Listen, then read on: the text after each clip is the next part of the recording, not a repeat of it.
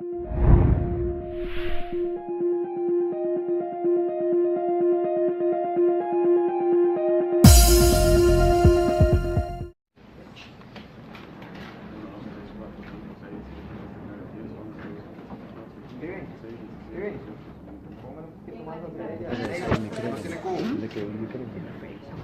no tiene cubo. Ahí, gracias. Muy buenos días. Agradezco el acompañarme en la mañana de hoy en el recinto de la Fiscalía de Costa Rica. También agradezco al pueblo costarricense la hospitalidad, especialmente al fiscal general de Costa Rica, el doctor Jorge Chavarría, por la solidaridad, no solamente como fiscal, sino como secretario de la Asociación Iberoamericana de Ministerios Públicos. Esta asociación ha mostrado de forma vehemente el rechazo, el repudio a lo que se le ha hecho al Ministerio Público venezolano, a su titular, la fiscal general, así como a los distintos directores y fiscales, porque no es nada más la fiscal general que ha tenido que salir de Venezuela, sino que también hay más de 50 fiscales y directores del Ministerio Público que se han visto en la necesidad de salir de Venezuela, porque yo quiero recordar que el Ministerio Público fue asaltado militarmente, el Ministerio Público venezolano fue asaltado con 300 militares de la Guardia Nacional Venezolana, además de un grupo de policías de la Policía Política, el SEBIN. Un acto de violencia, con las bayonetas, con la fuerza. O sea que me desalojaron de la institución y lo hizo el gobierno de Nicolás Maduro.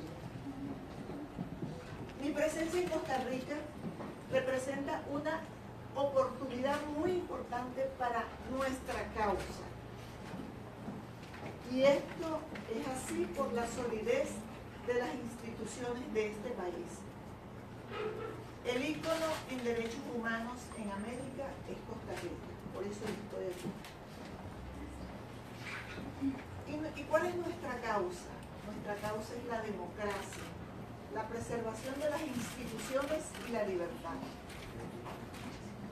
Yo quiero hacer referencia que en mi país, Venezuela, día a día sufre por la falta de alimentos, medicina, hay un grave problema de salud. Un país con tantos recursos, sin embargo, nuestros compatriotas están comiendo de la basura. Esto ha venido degradando la calidad de vida de nuestra población, pero además padecemos una sistemática violación de los derechos humanos. Y eso es lo que hoy quiero hacer referencia en este escenario. Durante las recientes manifestaciones ocurridas en el país, se produjo la muerte de más de 130 venezolanos, entre los que predominaban jóvenes. Y hubo aproximadamente 2.000 personas lesionadas. En su mayoría perdieron la vida y fueron lesionados por la represión del gobierno de Venezuela. Hemos detectado y tenemos pruebas contundentes sobre el uso de armas de fuego en el control de las manifestaciones, de la modificación de las municiones, o sea que modificaban las municiones, incorporaban metras, objetos metálicos, para que no existiera la prueba, para desvirtuar las pruebas. De eso también tenemos nosotros muchas evidencias, del uso desproporcionado de los gases tóxicos en escuelas y hospitales, de las miles de detenciones arbitrarias, de las torturas, de los tratos crueles, inhumanos y degradantes que ocurrieron durante las detenciones y con posterioridad a las detenciones. Todo esto es producto de órdenes dadas por mandos superiores para la violación masiva de los derechos humanos, así como el constante encubrimiento de los autores y partícipes por parte de los jerarcas militares en Venezuela. Hemos recabado pruebas de allanamientos masivos, sustracción de bienes y ejecuciones en el marco de los operativos. Un nefasto operativo que se realizó en Venezuela durante el año 2015-2016. Desde el comienzo lo denuncié, no solamente a nivel nacional, sino internacional, llamado OLP, Organización para la Liberación, Operativo para la Liberación del Pueblo, donde muchos venezolanos perdieron la vida por ejecuciones. No se respetan las órdenes de excarcelación dictadas por los tribunales de la República. Cuando un juez ordena en Venezuela la excarcelación de algún preso que está privado de libertad por motivos políticos, el Ejecutivo ordena mantener su detención sin ninguna fórmula procesal. El derecho a la defensa no existe en Venezuela y la posibilidad de que algún organismo intervenga a su favor también es difícil. Tenemos el caso de John Boycochea, de Wilmer Azuaje, cuyas órdenes de excarcelación existen y sin embargo todavía se mantienen privados de libertad. Tenemos hasta ahora registrado más de 37 órdenes de excarcelación que no se han materializado. Las cárceles y los centros de detención preventivos son verdaderos depósitos de seres humanos en los que se tortura y no se respetan las condiciones mínimas de tratamiento de los privados de libertad. Tenemos identificado a varios de los autores de las torturas que se aplican en estos centros de detención y quienes dan las órdenes también. Las autoridades policiales, militares y de inteligencia ejecutan acciones de persecución sistemática del pensamiento libre, de la protesta ciudadana. Tenemos evidencia cómo se ha institucionalizado el uso desproporcionado de la fuerza contra la población civil desarmada. Cómo se han armado grupos civiles, porque eso se ha convertido en una práctica en Venezuela, los grupos civiles armados, con el cual se ejecutan delitos, desmanes contra la población indefensa. También la persecución de las personas, la violación de los derechos humanos. Esta situación se ha agravado con la ilegítima Asamblea Nacional Constituyente, la Asamblea del presidente Maduro.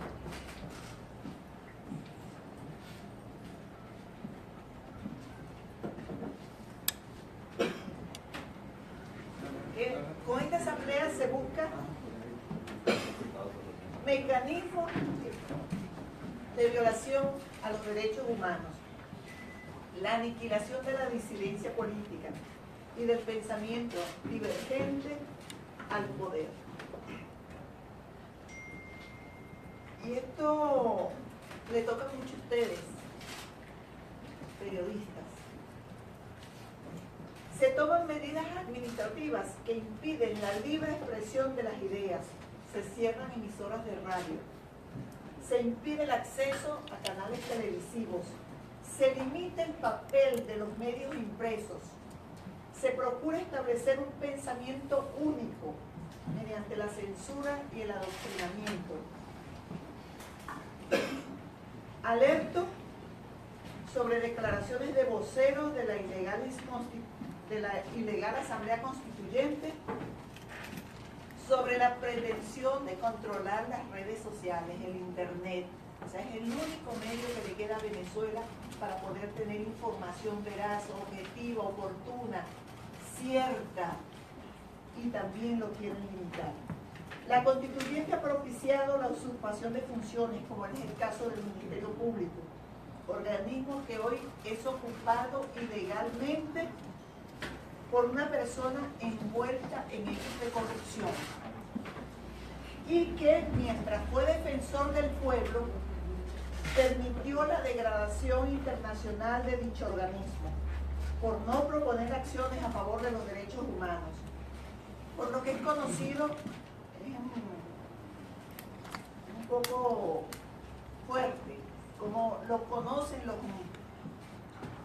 las organizaciones, las ONG en Venezuela, al actual que detente ilegítimamente el Ministerio Público, el cargo de fiscal general, el defensor de la dictadura, dice. Nosotros desde el Ministerio Público, cuando estaba en Venezuela, al frente del Ministerio Público, ejercimos un sinfín de acciones para castigar, sancionar a los responsables de las violaciones a los derechos humanos.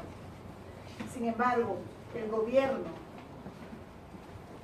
y principalmente el ilegítimo Tribunal Supremo de Justicia torpedearon cualquier iniciativa para la obtención de justicia. Pero no solamente eso, sino que se convirtió en perseguidor de todo aquel que reclamara derecho, que reclamara justicia, que estuviera en contra de las opiniones del totalitarismo del gobierno venezolano. Agotamos nosotros todas las vías democráticas, todas las vías constitucionales.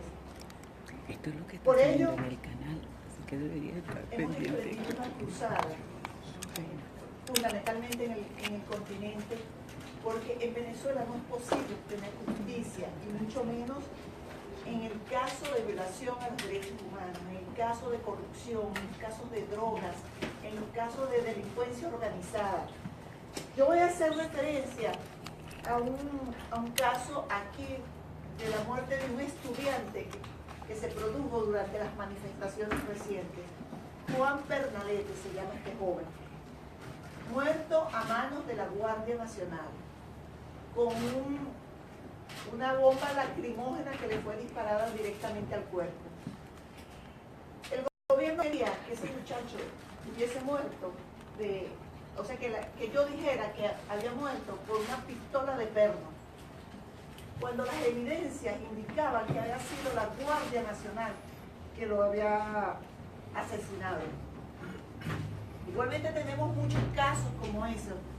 Pudiera estar aquí todo el día hablando de cada uno de ellos. Pero de lo que están haciendo las autoridades en Venezuela, hay otro caso de un militar retirado que está privado de libertad o estaba privado de libertad en un centro militar, Raúl Isaías Baduel.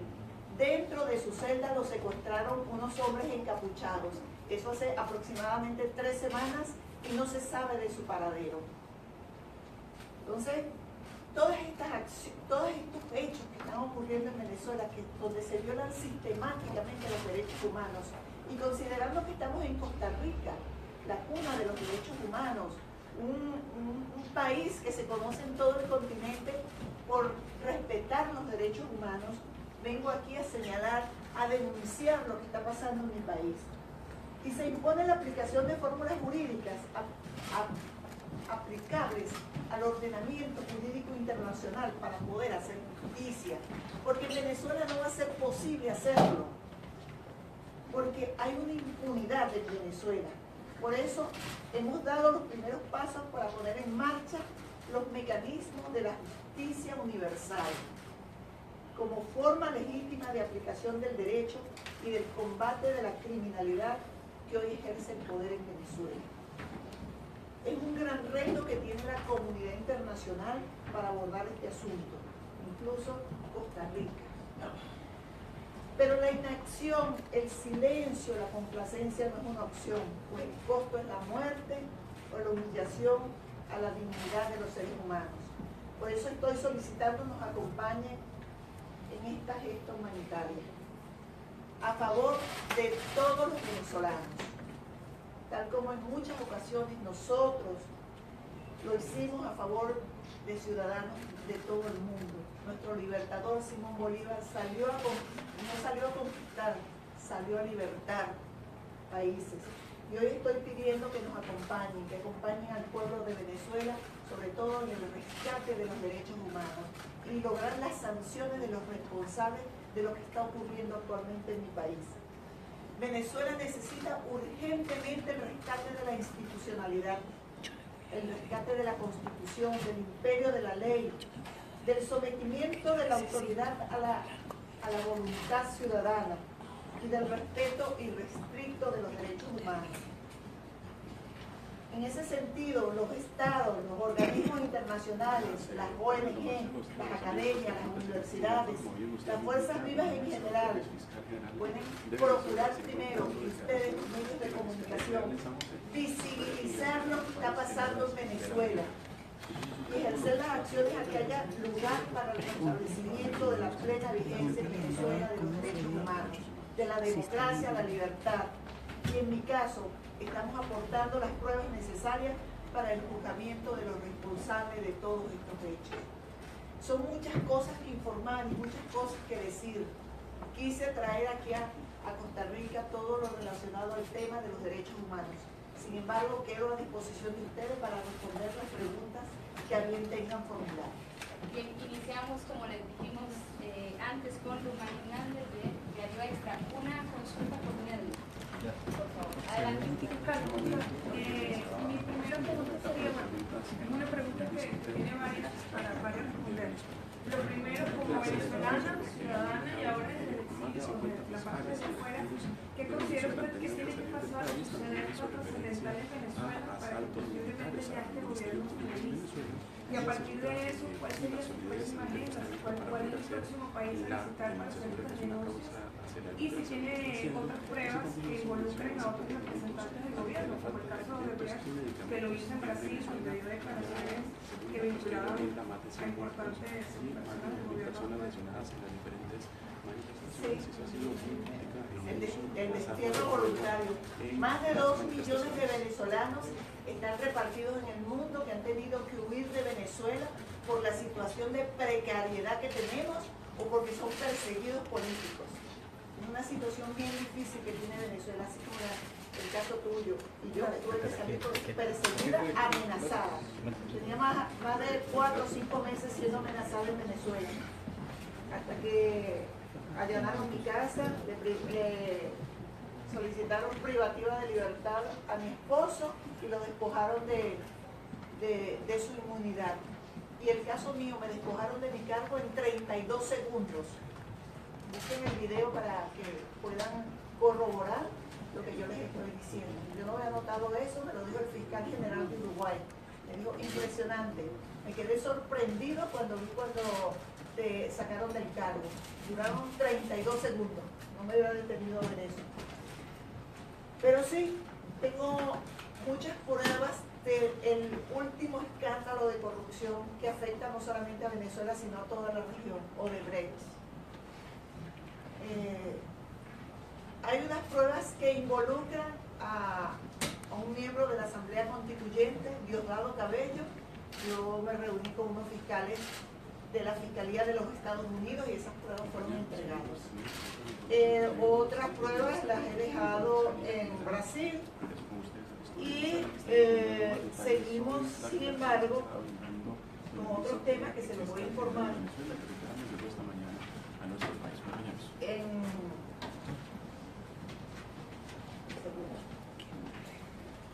el caso de Odebrecht, tenemos muchos funcionarios venezolanos comprometidos con este tema. Fíjense que, además del presidente Nicolás Maduro, que sustrajo del fisco nacional entre 8 y 10 millones de dólares en efectivo, y lo pagó una importante firma, utilizaron como fachada a la empresa venezolana llamada Contextus Comunicación Corporativa, que es propiedad de Mónica Ortigosa Villasmil. Ella es esposa de Alejandro Escarrá Gil, sobrino de Hernán Escarrá, que por cierto es miembro de la Constituyente, y que tiene muchos bienes en Estados Unidos. Entiendo, yo no tengo pruebas de eso, sino que me dijeron que él también estaba siendo investigado por eso en Estados Unidos.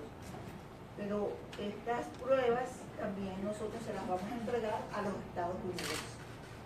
Esta millonaria operación de corrupción también involucra a Eliajagua, Jorge Rodríguez, Jesse Chacón y Maximilian Sánchez Arbeláez, fue funcionario del Estado venezolano. Por supuesto que yo estoy, por cuanto en Venezuela no va a ser posible hacer justicia, todas estas evidencias que tengo en mis manos las estoy entregando a los distintos países. Aarón Sequeira, de Diario La Nación. Doña Luisa, la semana pasada hubo una polémica en el país porque una diputada costarricense invitó a 4 diputados constituyentes de Venezuela. La actividad se frenó porque hubo una decisión administrativa en la Asamblea, pero ellos están haciendo algo como una especie de difusión de sus ideas en varios países, están buscando diputados amigos en otros países. A mí me gustaría una opinión suya sobre esa actitud. ¿Cómo cree usted que ellos estén defendiendo lo que están haciendo frente a lo que ha pasado, lo que le pasó a usted? ¿Y hay alguna petición específica de pronunciamiento de parte de la Fiscalía costarricense en el sentido de que se pronuncie sola o con apoyo de las fiscalías de la región? Mira,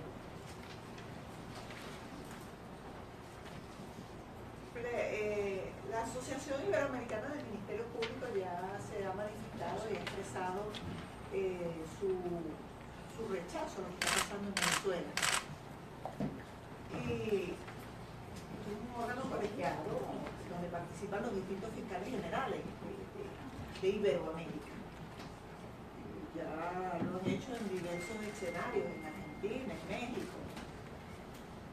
Ahora bien, respecto a la primera pregunta que me haces sobre la Asamblea Nacional Constituyente, esa asamblea es ilegítima. En Venezuela, para convocar una Asamblea Nacional Constituyente, tiene que hacerlo el pueblo. El pueblo es el que tiene que decir si quiero o no constituyente, no una persona, porque es muy fácil, ¿no? O sea, fue lo más fácil que ocurrió con la Asamblea Constituyente. O sea, ellos se convocaron y ahora la constituyente es una plenaria del partido de gobierno. Todos los que están aquí son miembros del partido de gobierno. Y aparte de eso, cuando fueron electos fraudulentamente, porque la propia empresa que contrató con el CNE para operar el proceso electoral, denunció que las firmas se manipularon. Y yo quiero denunciar ante el mundo, como lo he venido denunciando, que cuando en la campaña para la realización de las elecciones de la constituyente se amenazó a casi todo el país de que tenían que votar por la constituyente. A los empleados públicos se les amenazaba que si no votaban por la constituyente los iban a destituir.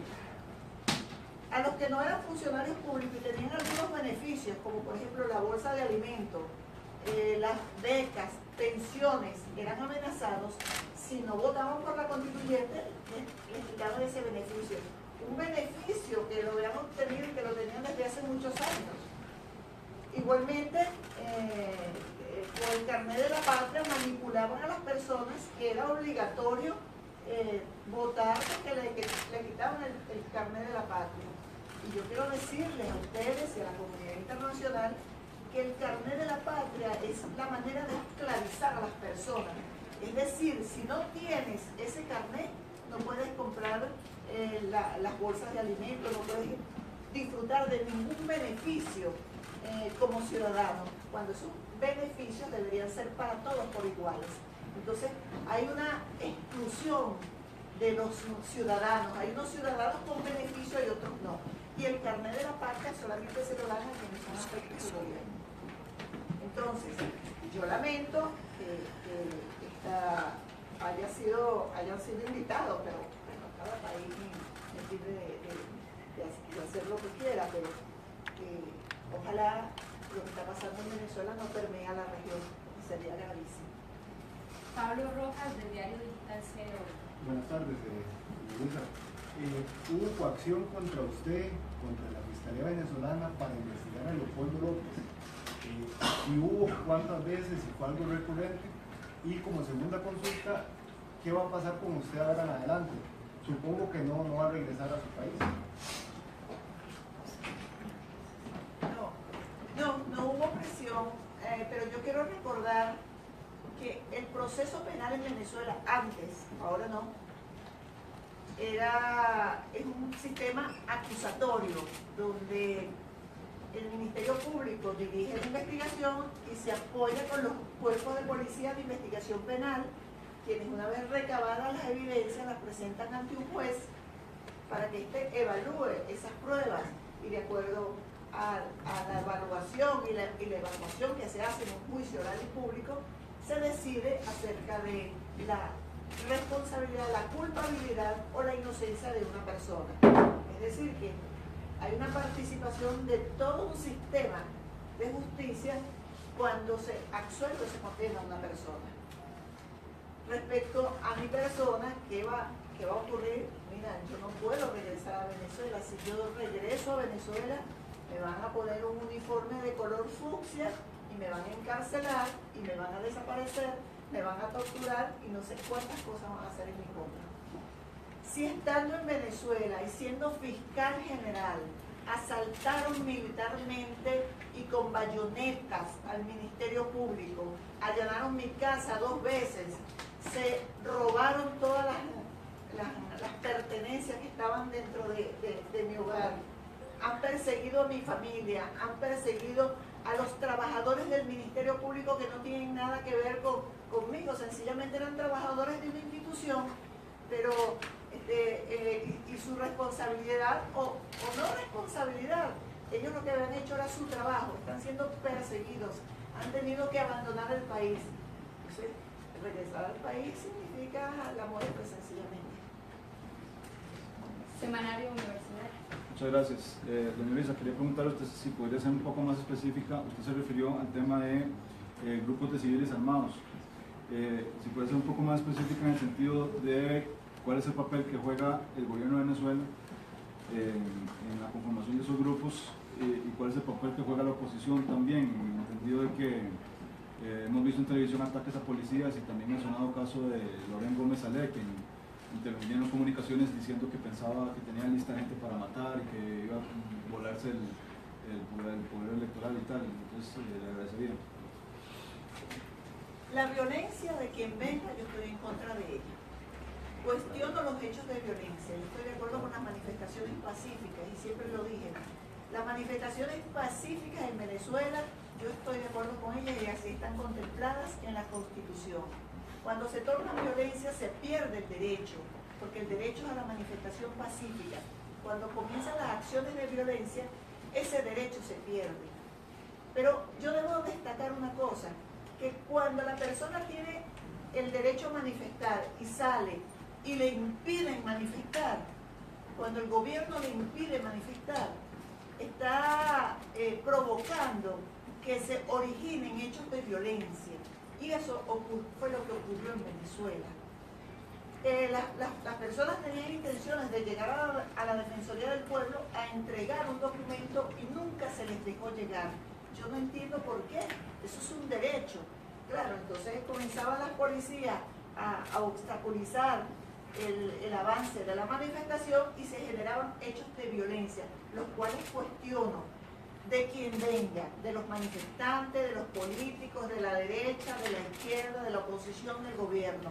En consecuencia, yo siempre rechacé esos hechos que generaron violencia y que fueron creciendo, que fueron aumentando.